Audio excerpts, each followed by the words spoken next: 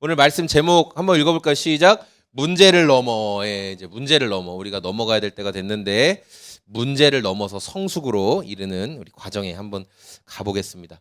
자, 안디옥 교회 우린 지금 안디옥 교회 이야기를 계속 살펴보고 있는데 자, 안디옥 교회에 이런 문제가 있었죠. 어떤 문제가 있었는지 아시나요? 안디옥 교회는 이방인 중심으로 이루어진 교회였는데 거기에 유대인 출신들이 와서 너희들도 구원받으려면 뭘 다 지켜야 된다? 율법을 다 지켜라 그러면서 안디옥 교회 성도들을 막 불안하게 만들었어요. 안디옥 교회 성도들은 예수님만 믿으면 구원받는다라는 말을 신뢰하면서 함께 교회를 이루고 있었는데 이 유대인들이 와서 아니야 니네 율법도 다 지켜야 돼 하니까 안디옥 교회가 지금 굉장히 큰 위기에 처했어요. 그래서 안디옥 교회 지도자들은 그 문제를 그냥 가만히 두고 우리 몰라 문제 우리 해결하지 않을 거야 그렇게 하지 않고 어떻게 했냐면 믿을 만한 사람들을 원래 본 교회라고 할 수 있는 부모님 교회가 되는 예루살렘 교회로 보냈어요. 그래서 이 문제에 대해서 한번 정확한 답을 듣고 왔으면 좋겠습니다 하고 예루살렘 교회로 보냈던 거예요. 자, 이 예루살렘 교회에서 이제 서로 치열한 이 말싸움, 논쟁이 시작됐어요. 왜냐하면 예루살렘 교회의 대부분의 구성원들은 유대인 출신이었거든요. 그래서 이 사람들은 율법을 지키는 게 당연하다고 생각했어요. 그냥 원래 나는 유대인이니까 원래 율법도 지키고 예수님도 그냥 믿는 그런 사람들이 대부분이었다는 거예요.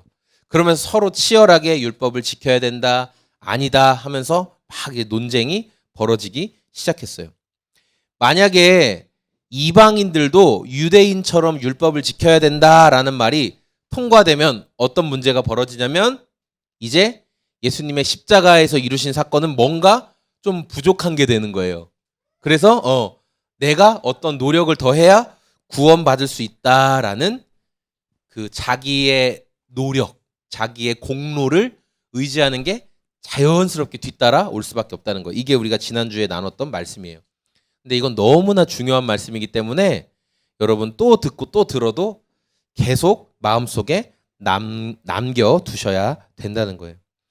예수님은 하나님과 인간 사이를 회복하기 위해서 화목제물로 이 땅에 오셨거든요. 하나님과 인간 사이를 회복할 수 있는 방법, 그게 세상에서 가장 귀하다고 말하는 돈이나 시간 등으로 하나님과 인간 사이가 절대 회복이 될 수가 없다라는 거예요. 그런 것들을 아무리 들여봐야 하나님이 인간에게 받은 모욕을 갚아드릴 수가 없어요. 하나님께 아무리 돈을 많이 드리고 아무리 시간을 많이 들여도 하나님은 그것으로 내가 인간에게 당한 모욕을 갚을 만한, 보상받을 만한 아무것도 되지 않는다. 하나님 그렇게 말씀하세요. 그래서 인간 편에서 아무리 노력해도 하나님과 화목할 수 없기 때문에 하나님 편에서 하나님이 어떻게 하면 구원받을 수 있을지를 말씀해 주신 거예요. 그리고 그 구원받을 수 있는 하나님의 화목 제물이 누구냐면 예수님이시라는 거예요. 하나님이 예수님을 보내주셨어요. 그래서 안디옥 교회 성도들은 그 예수님을 믿었던 거예요. 우리의 노력이 아닌, 우리가 율법을 지키는 게 아닌 하나님이 보내신 구원의 길인 예수님을 믿는다라는 거였어요. 예수님이 십자가에서 구원에 대한 인간을 구원할 수 있는 모든 대가를 다 지불하셨다. 그걸 안디옥 교회 성도들이 믿었다라는 거예요. 자, 이 진리가 우리 기독교와 세상의 여러 종교들과의 가장 큰 차이점인데 저 앞에 보면 어떤 이미지가 있어요. 여기에 저 유대교를 어떻게 상징할 수 있는 저 이렇게 촛대가 있고 여기 불교를 상징하는 저 힌두교를 상징하는 또 뭐 기독교를 상징하는 여러 이미지들이 있는데 여러분 대부분의 세상에 있는 엄청나게 많은 종교가 있거든요. 세상에 굉장히 많은 종교가 있는데 크게 뭐 한 6대 종교 정도를 얘기한 6개의 큰 기독교, 힌두교, 불교 이런 식으로 해서 한 6개의 큰 종교가 있다고 얘기하는데 대부분의 종교에서 구원을 받는 방법은 뭐냐면 인간이 신을 향해 어떤 희생을 해야 돼요. 인간이 신을 향해 뭔가를 해야 돼요. 그래서 뭐 힌두교에서는 굉장히 고행을 한다든지 어떤 깊은 명상을 한다든지 아니면 무엇을 많이 신에게 바친다든지 재물을 바친다든지 자 이런 식으로 자신들이 구원받기 위해 각자 신을 향해 인간 편에서 굉장히 노력을 많이 한다는 거예요. 물론 예수님을 믿는 우리들도 주님을 향해서 어떤 헌신을 하긴 해요. 그런데 우리의 헌신과 다른 세상의 여타 종교들과의 헌신의 차이가 있는 건 뭐냐면 우리가 하는 헌신은 구원받기 위해 하는 헌신이 아니라는 거예요. 순서가 바뀌었어요. 우리는 구원을 받았기 때문에 감사해서 헌신을 하는 것이고 세상에 있는 여타 종교들은 구원을 받기 위해서 헌신을 하는 거예요. 그래야 신이 그 인간의 헌신과 희생과 노력을 보면서 아, 너 좀 잘하는구나. 그러면 구원을 줄 수도 있고 아닐 수도 있고 신을 감동시키기 위해 헌신을 한다라는 거예요. 그래서 이 사람들에게 당신 구원받을 수 있습니까? 라고 물어보면 대부분 분명하게 말할 수가 없어요. 끝에 가봐야 안다라고 말할 수밖에 없어요. 그런데 예수님은 사람의 구원에 관해서 뭐라고 말씀하셨는가? 우리 요한복음 1장 12절 말씀 한번 읽어볼까요? 시작. 그러나 그를 맞아들인 사람들 곧 그 이름을 믿는 사람들에게는 하나님의 자녀가 되는 특권을 주셨다. 그러면 우리가 어떻게 내 구원을 확신할 수 있냐면은 내가 어떤 행동을 했기 때문에 나는 뭐 잘 살기 때문에 나는 큐티하기 때문에 성경을 많이 읽기 때문에 또는 뭐 전도를 하기 때문에 교회에서 충성 봉사하기 때문에 구원의 확신을 갖는 게 아니라 예수님이 하신 약속을 믿기 때문에 거기에서 구원의 확신을 갖는 거예요. 뭐라고 말씀하셨어요? 예수님을 맞아들인 사람들, 예수님이 나의 구원자입니다. 나의 주인입니다. 라고 맞아들인 사람들은 하나님의 뭐가 된대요? 하나님의 자녀가 된다. 하나님의 자녀가 된다라는 거예요. 하나님의 자녀가 됐기 때문에 하나님이 계신 곳에 갈 수 있다 없다? 그래서 하나님께 갈 수 있다는 거예요. 하나님의 자녀이기 때문에. 제가 이 하나님의 자녀라는 이 당당함, 하나님의 자녀로서의 당당함을 굉장히 묵상하는 경우가 있는데 언제냐면 저희 첫째랑 둘째가 이렇게 5시부터 6시까지 운동을 하거든요. 그래서 그 시간이 중간에 좀 뜨잖아요. 제가 보통 어디 카페에 가 있거나 뭐 그렇게 하는데 이제 요즘은 이렇게 어머니 아버님 댁에서 1시간 정도 이렇게 머물러 있어요. 1시간 동안인데 근데 두 분 아직 퇴근하시기 전이라 저 혼자 들어가서 이렇게 조용히 TV 보고 있다가 나오거든요. 근데 어떨 때는 저희 막내도 데려가야 될 때가 있어요. 아내가 좀 늦을 때. 그래서 제가 막내도 데려갈 때가 있어요. 막내를 데려가요. 근데 저는 이게 아무리 부모님 댁이지만 그래도 좀 조심히 들어가거든요. 그래서 미리 벨도 입구에서 한번 누르고 혹시 계시면 준비하시라고. 그다음에 현관 앞에서도 한번 누르고 혹시 계시면 준비하시라고 그렇게 하는데 저희 막내는 그냥 막 들어가요. 왜 문 열어? 그래서 막 들어가요. 자, 그다음에 신발 확 벗고 들어가서 안녕하세요 이렇게 하고 들어간 다음에 뭘 하느냐? 제가 이게 TV 얘가 보고 싶은 거 TV 이렇게 틀어줄 동안 이 방도 들어갔다가 저 방도 들어갔다가 냉장고도 열었다가 그래서 너 뭐하니? 너 뭐하니? 그러면 껌 먹었는데요? 그러면서 이미 냉장고부터 열어봐요. 뭐 있는지. 네, 막 훑어보고 막 먹어요. 왜 그래요? 왜 그런 행동할 수 있어요? 그냥 부모님 집이라고 생각하니까 할아버지 할머니 집이니까 그냥 마음껏 하는 거예요. 할아버지 할머니 집이니까. 자녀이기 때문에 그렇게 할 수 있는 거예요. 자녀이기 때문에. 자녀는 그렇게 할 수 있는 거예요. 세상에 수많은 종교들이 있어요. 또 기독교와 비슷한 사상을 말하는 것도 많이 있어요. 그런데 그렇게 여러 종교에서 열심히 뭔가 신앙생활을 하는 것 같은 분들에게 그럼 선생님은 구원의 확신이 있습니까? 라고 물어보면 대부분은 내가 끝까지 가봐야 알지 어떻게 지금 그걸 말할 수 있나요? 이렇게 대답을 한다는 거예요. 또는 나는 구원 받았죠. 난 구원 받은 것 같아요. 라고 말하시는 분도 있어요. 그런데 갑자기 그분에게 문제가 생겼어요. 그래서 지금 자기가 하고 있는 어떤 봉사들 그런 종교에서 열심히 하는 것들 그런 것들을 못하게 됐을 때 선생님은 그래도 여전히 구원 받으셨나요? 라고 물어보면 그 마음에 대답할 때 어려움이 있어요. 맞아. 나는 그렇게 착하게 성실하게 또는 신이 만족할 만한 삶을 못 살고 있는데 내가 어떻게 구원을 확신할 수 있지? 그렇게 생각한다는 거예요. 그러나 진짜 복된 소식인 복음은 우리가 어떻게 행동하느냐에 따라 구원 받았다 아니다라고 말하지 않는다는 거예요. 구원은 인간 편에서 열심히 노력해서 이루는 게 아니라 하나님이 예비해 주신 것이다. 하나님의 방법으로 구원받는다라고 성경은 말씀하고 있어요. 우리 오늘 말씀 17절 말씀인데요. 같이 한번 읽어볼까요? 시작. 그래서 남은 사람이 나 주를 찾고 내 백성이라는 이름을 받은 모든 이방 사람이 나 주를 찾게 하겠다. 그러니까 이방인들도 그리고 남아있는 유대인들도 자기들이 열심히 노력해서 하나님을 알게 하시겠대요? 아니면 하나님이 알게 하시겠다는 거예요? 하나님이 알게 하시겠다는 거예요. 이방인들도 유대인들도 내가 하나님인 줄, 내가 구원인 줄 알게 하겠다라고 하나님이 말씀하셨어요. 그래서 하나님께서 이렇게 이방인들에게 율법이라는 짐을 주지 않고 하나님을 알도록 하신다는데 왜 우리 유대인들은 이방인들에게 율법의 짐을 져야 된다 이렇게 말하느냐라고 야고보 사도가 이 회의를 정리하는 거예요. 이제 이 회의를 정리해요.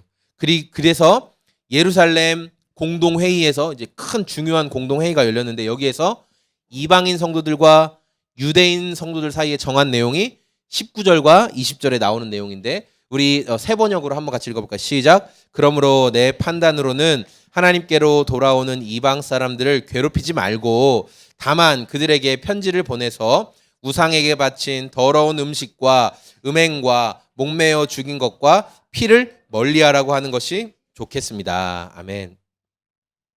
그러니까 이것들은 유대인들이 이렇게 정말 기본적으로 유대인 성도들의 마음을 어렵게 하지 않기 위해 서로가 지켜줄 수 있는 어떤 선을 이야기했다라는 거예요.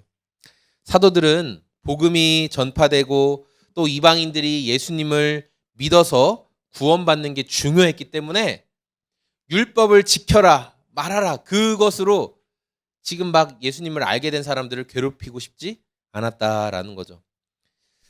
그러나 이방인 성도들에게도 당신들이 좀 지켜줘야 할 것이 있습니다 라고 말해준 게 바로 이 우상에게 바쳐진 음식을 먹지 않는 것. 그러니까 자기들도 먹지 않고 또 심지어 이방인들이 이제 유대인 출신 성도들이 왔을 때 그 이방 우상에게 바쳐진 음식을 내주지 말라는 거예요. 이 사람들은 먹을 때 거리낌이 없었거든요. 근데 유대인들이 왔을 때 이거 먹어라 이렇게 내주지 말라. 그들 마음을 어렵게 할 수 있기 때문에. 자, 이제 그런 것들을 얘기하고 또 피째 먹는 거, 피가 있는 그대로 먹는 거. 유대인들은 피에는 생명이 피에 있다라고 하나님 말씀하신 걸 믿고 있었기 때문에 피째 막 조리해서 먹고 하는 것을 막 날 것으로 먹고 생으로 먹고 이런 거 안 된다. 우리 육회 못 먹겠네요. 네, 그건 아니죠. 그렇게 서로 배려해 주라. 덕을 좀 세워 주라. 이렇게 이야기했던 거예요. 이방인 중심으로 복음이 막 널리 퍼지려고 하는 그때였어요. 이제 안디옥 교회를 중심으로 복음이 전 세계에 퍼지려고 하는데 이때 율법을 지켜야 된다라고 말한 사람들이 나타나서 교회가 굉장히 혼란하게 되는 상황이었어요. 그런데 하나님께서는 이 예루살렘 공동회의를 열게 하셔서 서로 지켜야 될 규칙, 질서를 바로 잡아주셨어요. 그래서 유대인들도 이방인들도 모두 예수님의 증인으로 살아갈 수 있는 길을 열어주셨다라는 거예요. 오늘 말씀을 정리하겠습니다. 이방인 중심으로 세워진 안디옥 교회에 유대인 출신 그리스도인들이 찾아와서 율법도 지키고 할례도 받아라 이렇게 말했어요. 그래서 이 문제를 해결하기 위해서 예루살렘 공동회의가 열렸고 각자 굉장히 치열한 주장을 하게 됐습니다. 유대교 출신들은 이방인들도 율법을 다 지켜야 된다라고 말했어요. 자, 그래서 이 사람들이 말한 대로 내가 이방인이지만 율법도 지켜야 된다라는 말을 믿게 되면 어떻게 된다고요? 예수님이 십자가에서 하신 일이 뭔가 부족하게 돼요. 그래서 그 부족한 것에 내 노력을 더해야 돼요. 율법을 지키는. 뭔가 어떤 행동을 더하는. 그래야 예수님의 십자가와 내가 한 노력이 합쳐져서 구원이 이루어진다. 이렇게 생각이 흘러가는 거예요. 그리고 그런 율법주의에 빠지게 되면 절대 구원을 얻을 수가 없습니다. 사도들은 이 문제를 놓고 유대교와 이방인 서로의 말을 다 들어주었어요.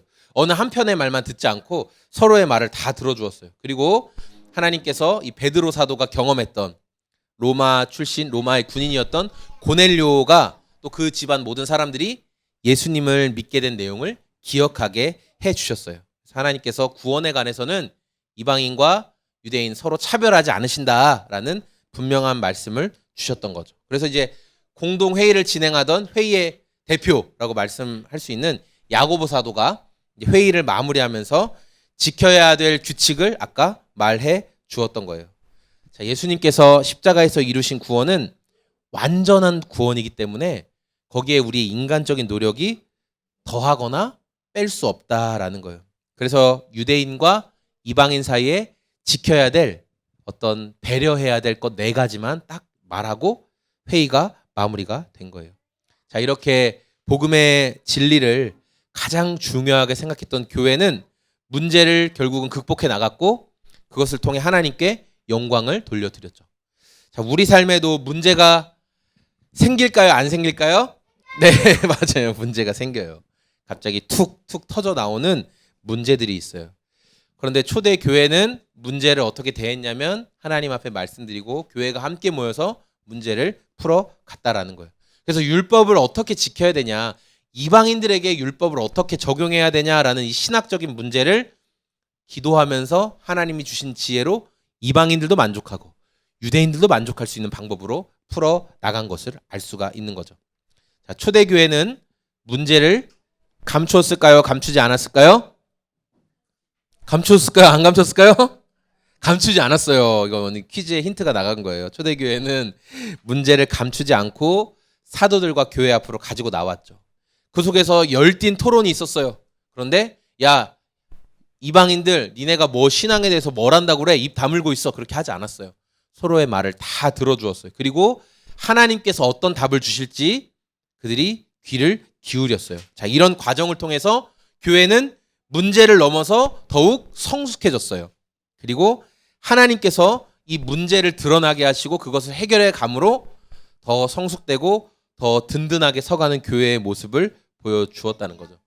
그러니까 우리 삶에 문제가 나타나는 것, 우리 삶에 어려움이 나타나는 것은 하나님이 네 인생 망해라, 너 인생 끝났다 라고 문제를 보여주시는 게 아니라 그 문제를 극복함으로 우리가 더 성숙해지게 하시려는 하나님의 섭리가 있다라는 거예요. 하나님은 때에 맞춰서 일하시는 분입니다. 안디옥 교회는 가만히 있어도 사실 부흥할 수 있었는데 그때 유대인 출신들이 와서 신학적인 문제를 제시하기 시작한 거예요. 율법이라는 그 신학적인 문제. 니네 율법 지켜야 된다. 그러니까 이 문제를 가만히 뒀다가는 이방인 교회든 유대인 교회든 완전히 폭삭 무너질 위기였는데 하나님이 그때에 알맞게 이 문제를 제시하셔서 그 문제를 서로가 해결해 나갈 수 있도록 하나님은 때에 맞게 일하시는 분이다라는 거예요. 우리 삶에 땡이 아니라 때에 맞게 그래서 우리 삶에 하나님이 문제를 보여주실 때 그 때에 맞게 문제를 보여주시는 거고 우리가 그 문제를 하나님 앞에 진실하게 다루어 가면 하나님은 그것을 통해 우리를 더욱 성장시키시고 성숙시키시는 분인 줄로 믿습니다. 우리 소금제작소의 모든 성도님들이 문제를 대할 때 이 문제 때문에 내 인생이 끝이야, 절망이야 이게 아니라 나를 어떻게 더 성숙시키시려고 이런 과정을 허락하셨을까? 때에 맞게 일하시는 하나님을 신뢰하는 저와 우리 소금제작소의 모든 성도님들이 다 되시길 소망합니다.